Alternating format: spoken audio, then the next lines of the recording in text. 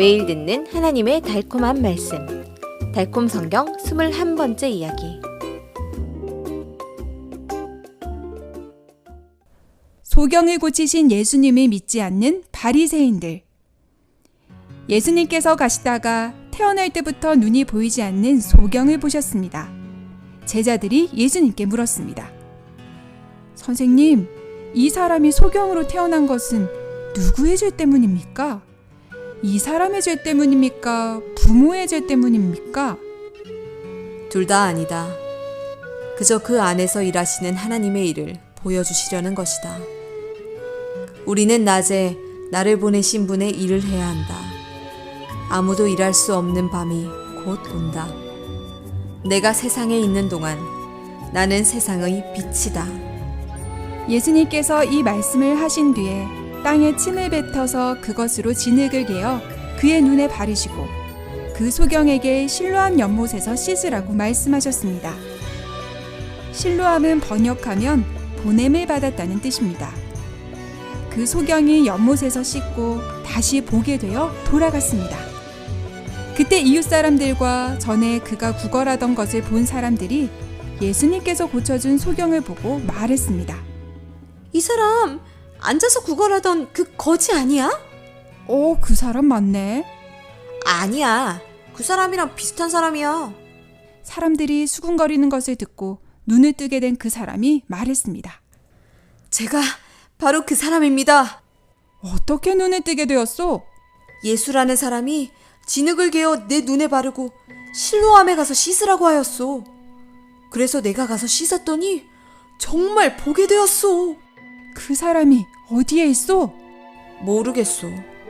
사람들이 예수님께서 고치신 그 소경을 바리새파 사람들에게 데리고 갔습니다. 그런데 예수님께서 그의 눈을 뜨게 하신 날은 안식일이었습니다. 바리새파 사람들은 그 사람에게 어떻게 보게 되었는지 물었습니다.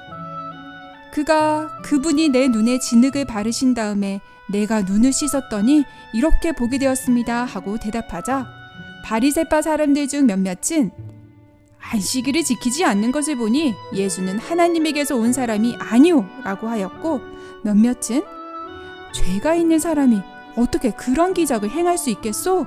라고 하였습니다. 그들이 눈멀었던 사람에게 물었습니다.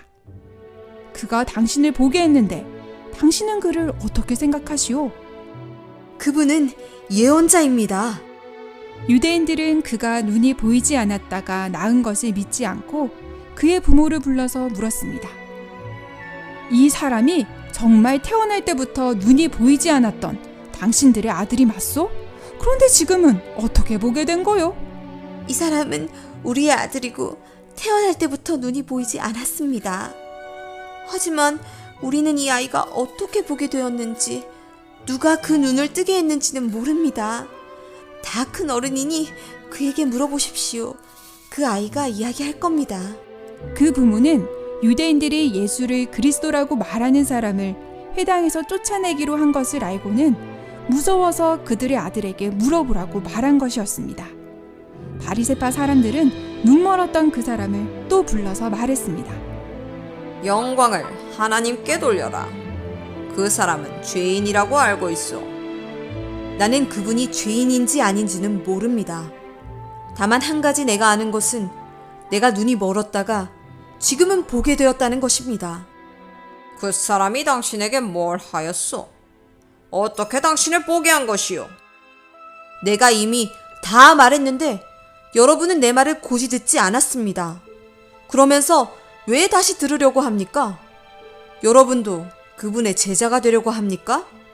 그러자 그들은 그에게 욕을 하며 말했습니다. 너는 그 사람의 제자이지만 우리는 모세의 제자이다. 우리는 하나님께서 모세에게 말씀하셨다는 것은 알고 있지만 그 사람은 어디서 왔는지도 모른다. 그분이 나를 보게 해주셨는데도 그분이 어디에서 왔는지 모르겠다니 참 이상한 일입니다. 하나님께서 죄인들의 말은 듣지 않으시지만 하나님을 공경하고 그의 뜻을 행하는 사람의 말을 들어주시는 줄을 우리는 압니다. 태어나면서부터 눈먼 사람의 눈을 누가 뜨게 했다는 말은 세상이 창조된 후로 지금까지 들어본 적이 없습니다. 예수가 하나님께로부터 오신 분이 아니라면 아무 일도 하지 못하셨을 겁니다. 네가 태어날 때부터 눈이 멀어 죄인으로 태어난 주제에 우리를 가르치려고 하느냐? 그들은 그를 바깥으로 내쫓아 버렸습니다. 바리새파 사람들이 그 사람을 내쫓았다는 말을 예수께서 들으시고 그를 만나서 물으셨습니다. 내가 인자를 믿느냐? 선생님, 그분이 누구십니까? 제가 그분을 믿겠습니다. 너는 이미 그를 보았다. 너와 말하고 있는 사람이 바로 그 사람이다. 주님, 제가 믿습니다. 나는 이 세상을 심판하러 왔다. 못 보는 사람은 보게 하고 보는 사람은 못 보게 하려는 것이다. 예수님과 함께 있던 바리새파 사람들이 이 말씀을 듣고 말했습니다. 우리도 눈이 멀었다는 것입니까? 차라리 여러분이 눈이 먼 사람들이면 죄가 없을 것입니다. 그러나 스스로 볼 수 있다고 생각하니 죄가 그대로 남아있는 것입니다. 양 우리에 들어갈 때 문으로 들어가지 않고 다른 데로 넘어 들어가는 사람은 도둑이고 강도들입니다. 그러나 문으로 들어가는 사람은 양들의 목자입니다.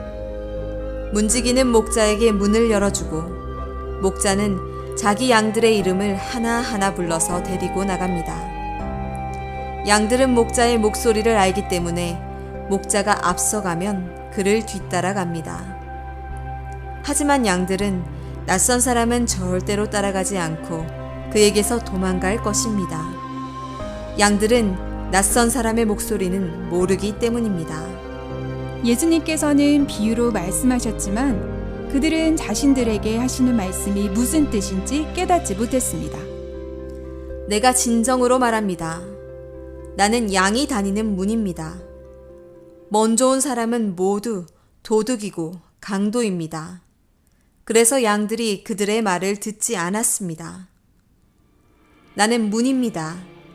누구든 나를 통하여 들어오면 구원을 얻고 양식도 얻을 것입니다. 도둑은 양을 훔치고 죽이고 멸망시키러 오지만 나는 양들이 생명을 풍성하게 얻게 하려고 왔습니다. 나는 선한 목자입니다. 선한 목자는 양을 위하여 자기 목숨을 버립니다. 돈을 받고 양을 돌보는 사람은 양이 자기 것이 아니기 때문에 늑대가 오면 양을 버리고 도망갑니다. 그러나 나는 선한 목자입니다. 나는 내 양을 알고 내 양들도 나를 압니다. 그것은 마치 아버지께서 나를 아시고 내가 아버지를 아는 것과 같습니다. 나에게는 이 우리에 없는 다른 양들도 있습니다. 나는 그 양들도 이끌어 와야 합니다. 그들도 내 목소리를 들을 것이며 한 목자 아래에서 한 무리의 양떼가 될 것입니다. 아버지께서는 나를 사랑하십니다. 내가 목숨을 다시 얻기 위해 내 목숨을 기꺼이 버리기 때문입니다. 아무도 내게서 내 목숨을 빼앗아 가지 못합니다. 다만 내가 원하여 내 목숨을 버립니다. 나는 목숨을 버릴 권세도 있고 다시 얻을 권세도 있습니다. 이것이 내가 아버지께 받은 명령입니다. 예수님의 이 말씀 때문에 유대인들 사이에 다시 편이 갈려 이렇게 말했습니다. 그가 귀신이 들려 미쳤는데 왜 그의 말을 듣는 거요? 이 말은 귀신이 들린 사람의 말이 아니오.